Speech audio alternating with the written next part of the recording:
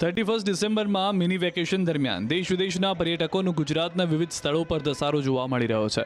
ખાસ કરીને નવા વર્ષના પ્રારંભે ગુજરાત બહારના પ્રવાસીઓથી સ્ટેચ્યુ ઓફ યુનિટી કેવડિયા છલકાયું છે। એમાં પણ શનિવાર રવિવારની રજા દરમિયાન પ્રવાસીઓનો મોટો પ્રવાહ જોવા મળ્યો। 2 જ દિવસમાં 3 લાખથી વધુ લોકોએ સરદાર ધામની મુલાકાત લીધી। કડકડતી ઠંડી અને કુદરતના સાનિધ્ય વચ્ચે લોકો રજાની મજા માણી। આ વખતે પ્રવાસીઓ માટે નર્મદા જિલ્લો હોટ ફેવરિટ બન્યો। એક અઠવાડિયાથી રોજના અંદાજે 65 થી 70 હજાર પ્રવાસીઓ સ્ટેચ્યુ ઓફ યુનિટી વિસ્તારમાં આવી રહ્યા છે।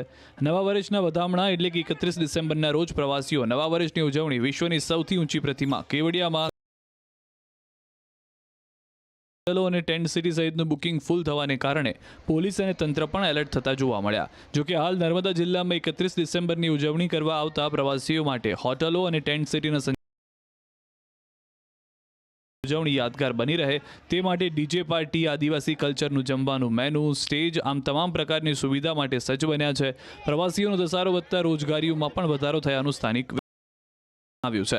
સ્થાનિકોના જણાવ્યા મુજબ પહેલા અહીંના સ્થાનિકો માટે કોઈ રોજગારી ન હતી। તેઓ પહેલા ખેતમજૂરી કરી જીવન ગુજારતા, પરંતુ જ્યારથી અહીં સ્ટેચ્યુ ઓફ યુનિટી બનાવવામાં આવ્યું છે ત્યારથી અહીંના લોકોને રોજગારી મળતી થઈ છે।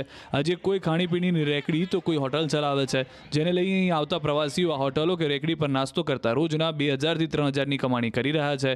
અહીં મહિલાઓ માટે સરકારે પિંક રિક્ષા આપી છે, જે માત્ર મહિલાઓ જ ચલાવે છે। તો બોર્ડર ગાવસ્કર ટ્રોફીની ચોથી ટેસ્ટ મેચમાં ભારતને હારનો સામનો કરવો પડ્યો। ભારતીય ટીમ ઓસ્ટ્રેલિયા સામે 184 રનથી હારી ગઈ। ઓસ્ટ્રેલિયાએ જીતવા માટે 340 રનનો ટાર્ગેટ આપ્યો હતો, પરંતુ ભારતીય ટીમ છેલ્લી ઇનિંગ્સમાં માત્ર 155 રન જ બનાવી શકી। હાર બાદ ટીમ 5 મેચની સિરીઝમાં 1-2થી પાછળ રહી છે। સિરીઝની છેલ્લી મેચ હવે 3 જાન્યુઆરીથી સિડનીમાં રમાશે। તો ઇસરોમાં આજે તેનું સ્પેસ ડોકિંગ પ્રયોગ સ્પેડેક્સ મિશન લોન્ચ કરશે। તેને PSLV C-60 રોકેટ દ્વારા શ્રીહરિકોટાથી રાત્રે 9:58 કલાકે લોન્ચ કરવામાં આવશે। તમે તેને ઇસરોની યુટ્યુબ ચેનલ ઉપર લાઈવ પણ જોઈ શકશો। આ મિશનમાં 2 નાના અંતરિક્ષ સામેલ હશે અને આ મિશન દ્વારા આ બંને અવકાશયાન પૃથ્વીની નીચેની ભ્રમણ કક્ષામાં ડોક કરવાનો પ્રયાસ કરશે। 2 અંતરિક્ષને જોડવાનો સ્પેસ ડોકિંગ કહેવામાં આવે છે। જો મિશન સફળ થશે તો ભારત, રશિયા, અમેરિકા અને ચીન પછી આવું કરનાર ચોથો દેશ બનશે। તો દક્ષિણ કોરિયામાં રવિવારે એક ભયાનક વિમાન દુર્ઘટના સર્જાઈ હતી। આ અકસ્માત એટલો ખતરનાક હતો કે તેમાં સવાર 181 લોકોમાંથી માત્ર 2 જ લોકો બચી શક્યા હતા।